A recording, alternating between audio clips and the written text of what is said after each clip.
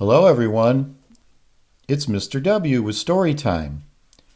Now, I know it's not Christmas time, but like Mrs. W, my wife said, this story is good any time of year. This is The Polar Express by Chris Van Allsburg.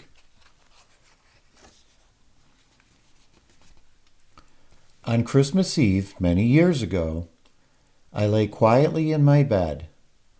I did not rustle the sheets. I breathed slowly and silently.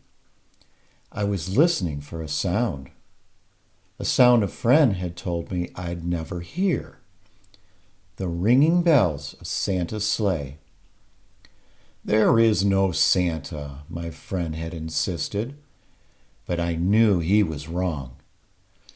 Late that night, I did hear sounds, though not of ringing bells. From outside came the sounds of hissing steam and squeaking metal. I looked through my window and saw a train standing perfectly still in front of my house.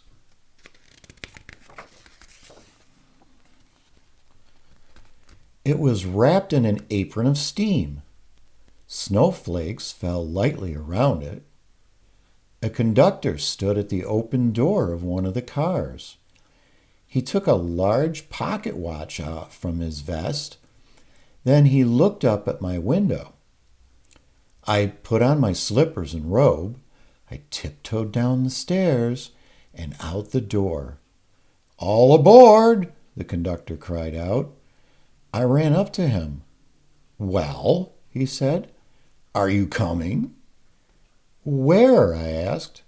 "Why, to the North Pole, of course," was his answer. "This is the Polar Express." I took his outstretched hand, and he pulled me aboard.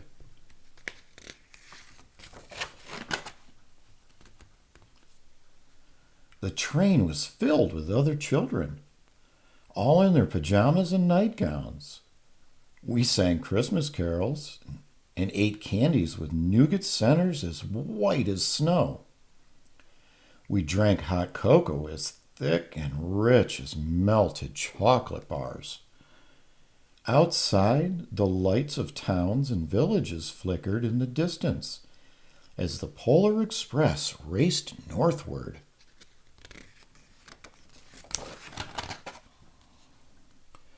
Soon, there were no more lights to be seen.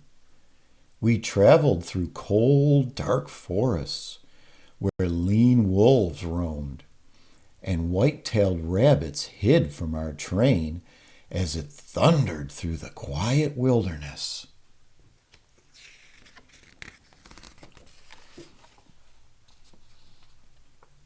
We climbed mountains so high it seemed as if we would scrape the moon. But the Polar Express never slowed down. Faster and faster we ran along, rolling over peaks and through valleys like a car on a roller coaster.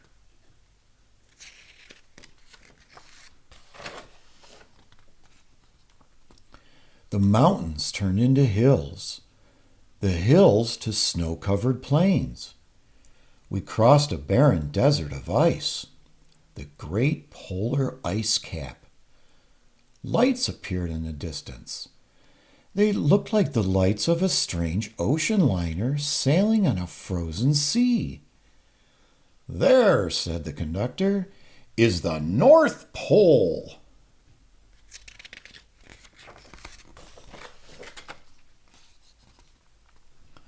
The North Pole. It was a huge city standing alone at the top of the world, filled with factories where every Christmas toy was made. At first, we saw no elves. "They are gathering at the center of the city," the conductor told us. "That is where Santa will give the first gift of Christmas." "Who receives the first gift?" we all asked. The conductor answered, "He will choose one of you."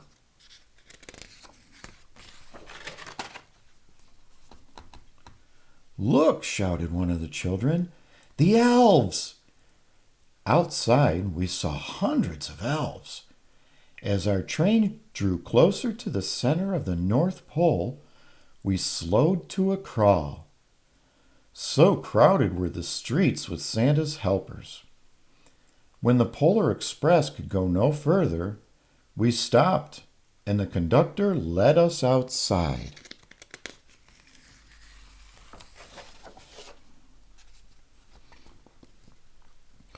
We pressed through the crowd to the edge of a large open circle. In front of us stood Santa's sleigh. The reindeer were excited. They pranced and paced, ringing the silver sleigh bells that hung from their harness. It was a magical sound, like nothing I'd heard. Across the circle, the elves moved apart, and Santa Claus appeared. The elves cheered wildly. He marched over to us and, pointing to me, said, "Let's have this fellow here." He jumped into his sleigh. The conductor handed me up. I sat on Santa's knee and he asked, "Now, what would you like for Christmas?"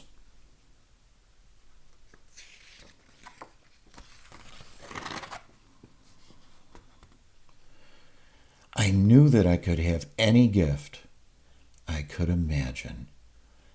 But the thing I wanted most for Christmas was not inside Santa's giant bag. What I wanted more than anything was one silver bell from Santa's sleigh. When I asked, Santa smiled. Then he gave me a hug and told an elf to cut a bell from the reindeer's harness. The elf tossed it up to Santa.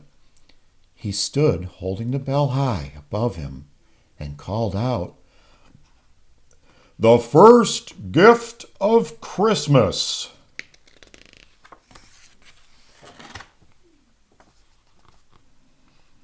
A clock struck midnight as the elves roared their approval. Santa handed the bell to me, and I put it in my bathrobe pocket. The conductor helped me down from the sleigh. Santa shouted out the reindeers' names and cracked his whip. His team charged forward and climbed into the air. Santa circled once above us, then disappeared in the cold, dark polar sky.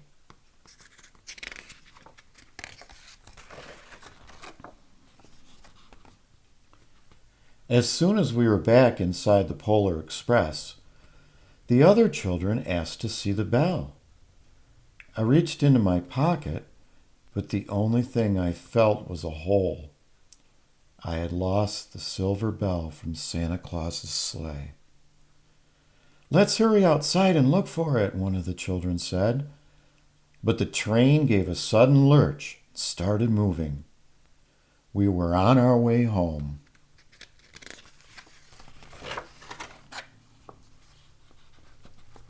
It broke my heart to lose the bell.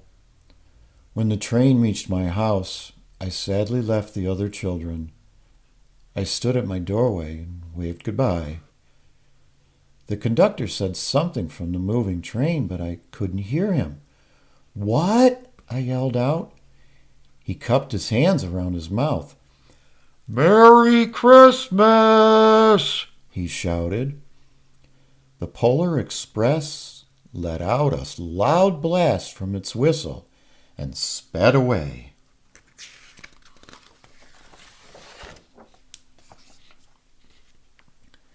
On Christmas morning, my little sister Sarah and I opened our presents. When it looked as if everything had been unwrapped, Sarah found one last small box behind the tree. It had my name on it. Inside was the silver bell. There was a note. "Found this on the seat of my sleigh. Fix that hole in your pocket. Signed, Mr. C." I shook the bell. It made the most beautiful sound my sister and I had ever heard. But my mother said, "Oh, that's too bad."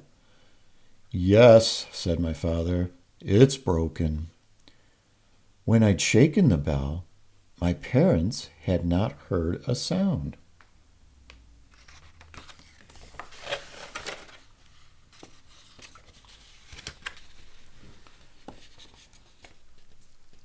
At one time, most of my friends could hear the bell, but as years passed, it fell silent for all of them. Even Sarah found one Christmas that she could no longer hear its sweet sound. Though I've grown old, the bell still rings for me, as it does for all who truly believe.